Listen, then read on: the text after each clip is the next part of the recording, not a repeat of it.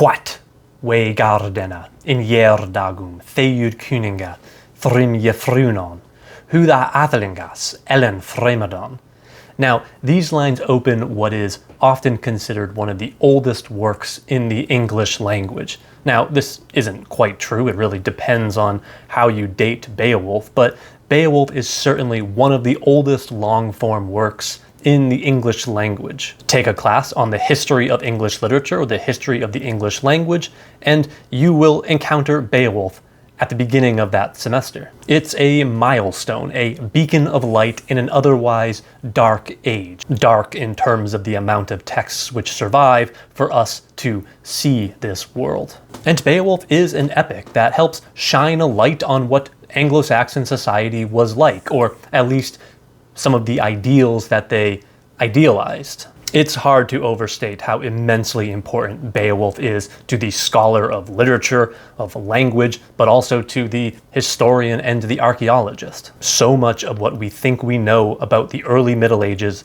in both Britain and on the continent are shaped by Beowulf. Beowulf is often understood as engaging in the heroic mode, and it's set in the legendary historical world of the 6th century. As the opening line of the poem suggests, it takes place in Jerdagum, in days of old. And of course, it takes place quite far away from where it is penned, because it takes place in modern-day Scandinavia. That is, Beowulf takes place a long time ago in a land far, far away. And it's essentially a series of monster fights where our larger-than-life hero, who seems more out of a fairy tale than out of history, Beowulf, fights these monsters, Grendel, Grendel's mother, and finally the dragon. Now we can debate whether Grendel's mother, for instance, is actually monstrous. I don't tend to think so, but this three-part structure is quite clear in the text.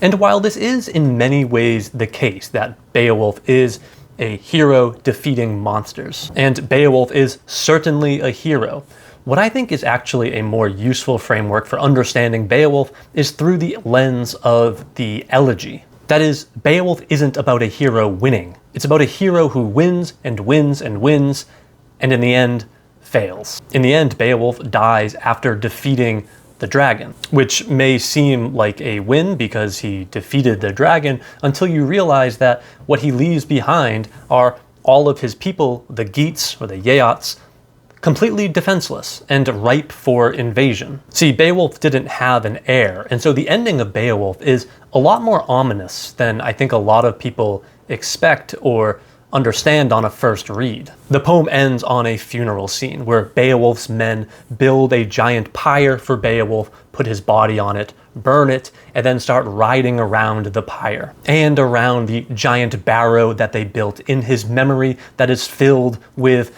the dragon's treasure hoard that is not being dealt out as gifts to these men, but is being buried and left to rot in the ground alongside Beowulf's ashes.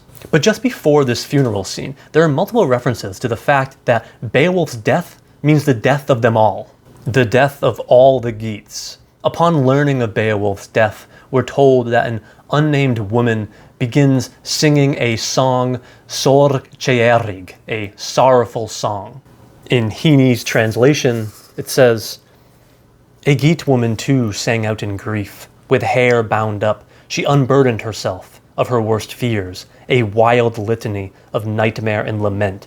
Her nation invaded, enemies on the rampage, bodies in piles, slavery and abasement. Heaven swallowed the smoke." Unlike the warriors around her, this unnamed Geat woman isn't lamenting Beowulf's death. Her lament isn't for the death of the hero, but for what she knows is coming: the slavery, the debasement, the slaughter. See, Beowulf was the only one standing in its way. It was only due to Beowulf that Geatland remained in peace for the last 50 years. And now he's gone. Wiglaf, the only of Beowulf's retainers who stepped up to help him in the final fight against the dragon, knows this as well. And he gives a few speeches at the end of Beowulf, scolding Beowulf's men for the cowards that they were, as they, as soon as they saw the dragon's fire, fled to the woods, not standing and fighting with Beowulf. And Wiglaf tells them that now that Beowulf is dead, they're pretty much all as good as dead as well. Once word gets out that Beowulf is dead, the invaders will come. And historically, we know that the invaders do come. The other tribes mentioned in this poem, the Danes, the Swedes, the Frisians, they all more or less survive until this day. But look at a map of modern-day Scandinavia and you won't find Geatland, the land that Beowulf ruled for 50 years. Heorot, Hrothgar's great mead hall that we encounter in the first third of this poem, the first half of this poem, that survives in the archaeological record. There's an archaeological dig over in Lejre in Denmark, but nothing of Beowulf's Geatland survives. Nothing of Beowulf outside of this poem survives. Everything that he worked for and fought for is destroyed. If we read Beowulf allegorically, it's the story of a young man who in his youth encounters a series of challenges and overcomes them. Until one day, when he is an old man, Beowulf, by the way, by the time he fights the dragon, is at least 70 years old. When he is an old man, eventually he is killed. Death is inevitable, even for men as strong and heroic as Beowulf. That is, then, the story of Beowulf is the story of every man, every person. This is especially tragic, though, with Beowulf, as Beowulf is pagan and thus doesn't get to enjoy eternal life. And while the monk who penned the version of Beowulf that survives undoubtedly had all of this in mind, I think he also had something else on his mind. Now, we don't know who the author of Beowulf is or really where this story comes from. We can make some educated guesses as to the authorship based on the manuscript and on the language of the poem.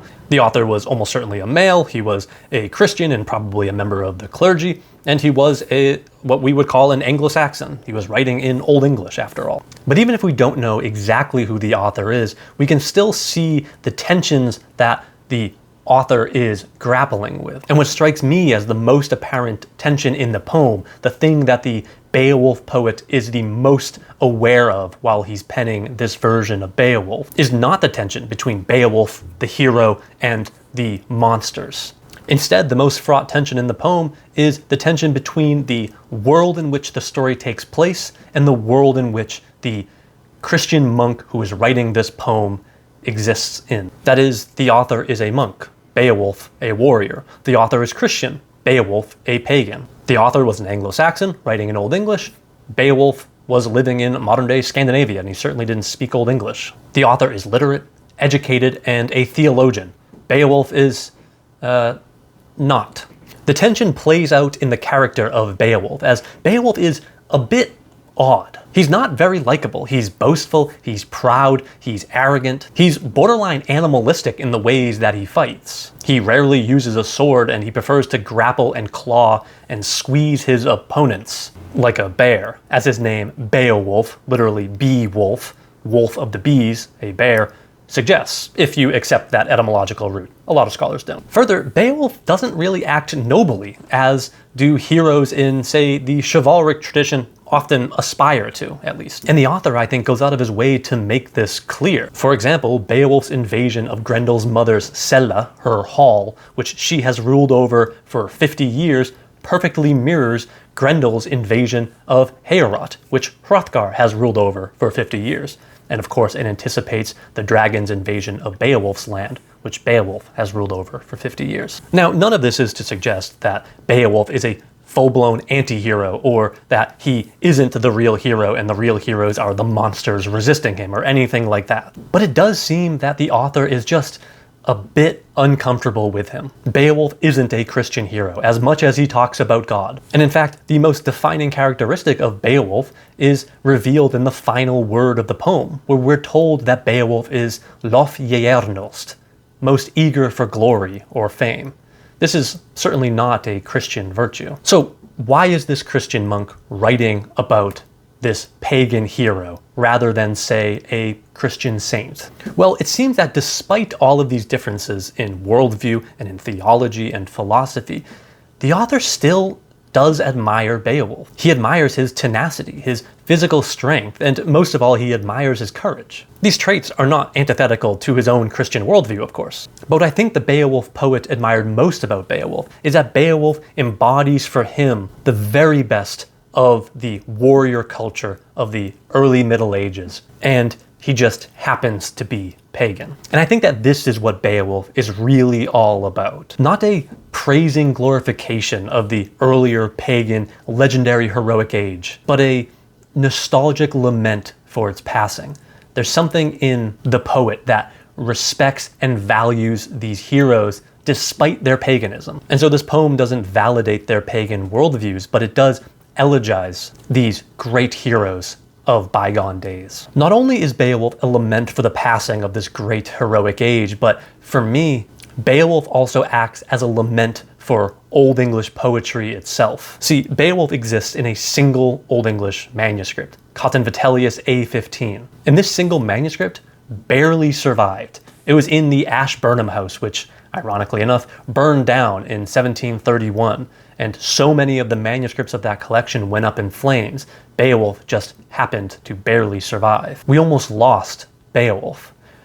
Try to imagine an English canon without Beowulf, the character or the poem. We only know of Beowulf through this single poem. He's not mentioned anywhere else. Imagine English literature without this starting point. Imagine trying to understand the Old English language, Old English literature, or Anglo-Saxon culture without Beowulf. It's almost impossible to imagine it. And so for me, the great tragedy of Beowulf is that Beowulf itself is a constant reminder of all that we have lost. Beowulf is the only surviving Old English epic.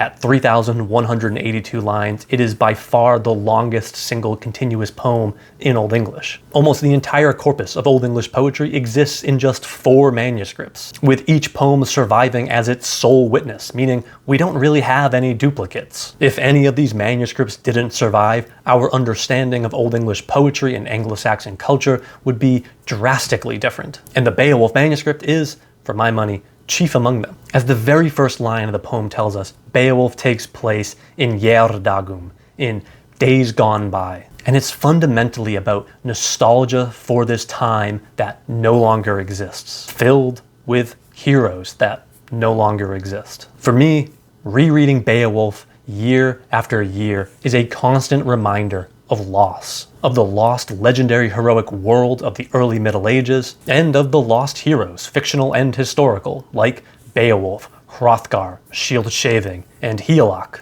The lost world that the Beowulf poet himself is elegizing. But for me, it's also a reminder of the loss of so much Old English poetry, the loss of epics that could compare to Beowulf, the loss of genius artistic creations that could so effectively, like Beowulf, transport the reader or listener to a world so unlike their own. How many Beowulfs have we lost? Were there even others, or is Beowulf entirely unique in its epic scale? How many great works of art have just vanished from human consciousness? Well, we'll never really know, of course. Maybe one day some archivist or librarian will stumble upon a long-lost manuscript, which contains another Old English epic about some other long-lost hero that we don't have any record of. But for now, all we have in the Old English tradition on this scale is Beowulf. And that, for me, is the real tragedy of Beowulf.